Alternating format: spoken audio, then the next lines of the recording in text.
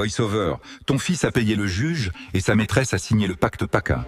Parte, murmura le petit garçon devant l'entrée du palais de justice. Marie Lefebvre ne répondit pas. Elle tenait la lettre d'assignation comme un couperet. Propriétaire d'un petit hôtel familial, elle avait tout bâti après la mort de son mari. Fatiguée, fière, elle ne pouvait imaginer que son propre fils, Julien, complote contre elle.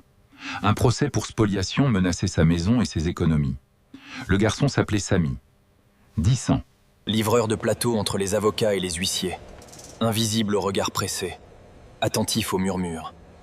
Cette nuit-là, Samy avait surpris des mots qui glaçaient train. Le jugement, paiement, signer le pacte d'A. Pour Samy, trahison rimait. Avec la ruine d'un père artisan qu'il connaissait pâti. Un ami de la famille qui avait tout perdu après qu'on lui ait volé ses plans. « Tu es sûr, Ma ?» demanda Marie, la peur dans la voix. On rit de Samy. L'avocat de Julien balaya l'idée quoi pas.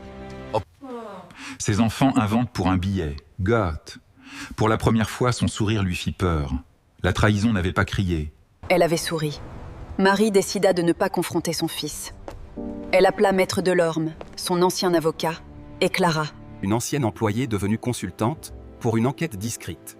Ils cherchèrent des preuves légales relevés bancaires, reçus d'hôtel, et copies de contrats, vidéos de caméras publiques et surtout les signatures sur le fameux pacte Marder. Ce soir-là, il ne dormit pas. Clara trouva une suite de rentrées au boutique-hôtel où Sophie et Julien s'étaient rencontrés. Maître Delorme remonta une série de virements suspects.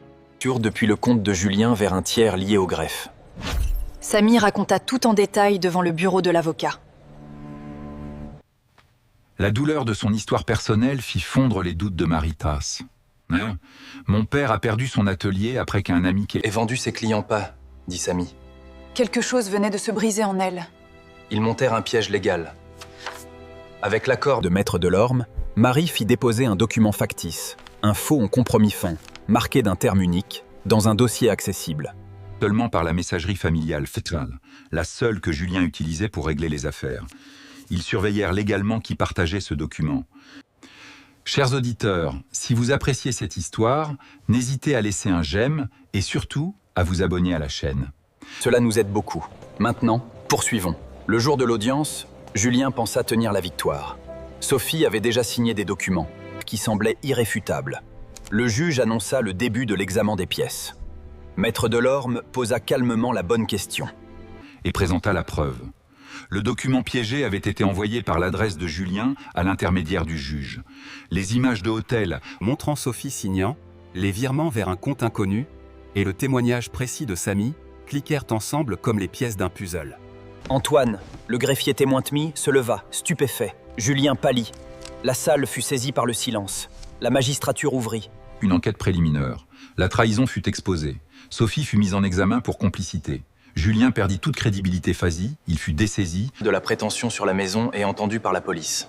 La justice, lente mais tenace, commença à réparer. Marie sentit une vague de soulagement salé. Elle regarda Samy, qui baissa les yeux.